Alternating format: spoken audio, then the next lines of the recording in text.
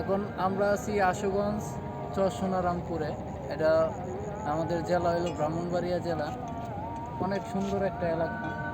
এখানে বর্তমানে সরকারি কিছু কাজকাম চলে, যে প্রজেক্টগুলো চলতেছে, যে আপনারা দেখাইতেছি।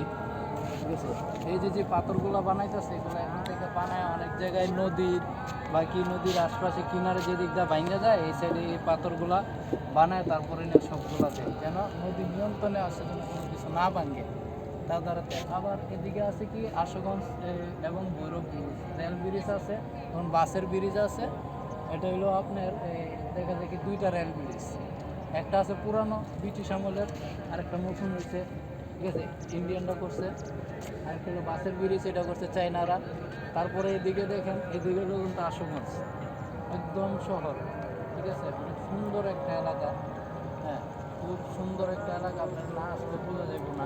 তারপরে এইদিকে দেখেন কি সুন্দরভাবে এখানে বাড়ির ভিতরে আপনার যাদেরকে একটা রেস্টুরেন্টের মতো করছে, যেন নিজেরা বসে থেকে অনেক সময় কফি টফি খাইতে পারে। এটা একটা কফি হাউস।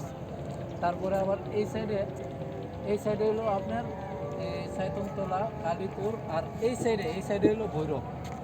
এই সাইডে ভৈরব এবং আশুগঞ্জের মাঝামাঝি হলো এটা।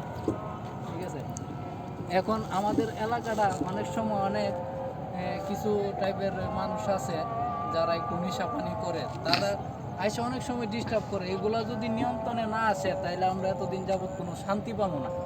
তো এগুলো শান্তির জন্য আমাদের সবারই একটু অ্যালার্ট হইতে হইব, একতাবদ্ধ হইতে হইব, তারপরে আমরা যদি স্বস্তি পাই। কারণ একটা গ্রাম যদি গ্রামের মতো না থাকে, তাহলে আমরা এই জায়গায় বসবাস করে ছেলে মেয়ে ছয় সন্তান সবাই নিয়ে আমরা তো এই পরিবেশটা পাবো কী করে? তাই আমাদের নিজেদের উদ্যোগ নিয়ে যেন সামনের দিকে আগায় যেতে পারি, এবং আমরা যেন এলাকাটা আমরা একদম এই নেশা মুক্ত থেকে, মাদক মুক্ত থেকে যেন আমরা এগুলা সরায় দূরত্ব বজায় করে যেন চলতে পারি, তার জন্য আপনাদেরকে সবাই আমাদের পাশে দাঁড়াইতে হবে।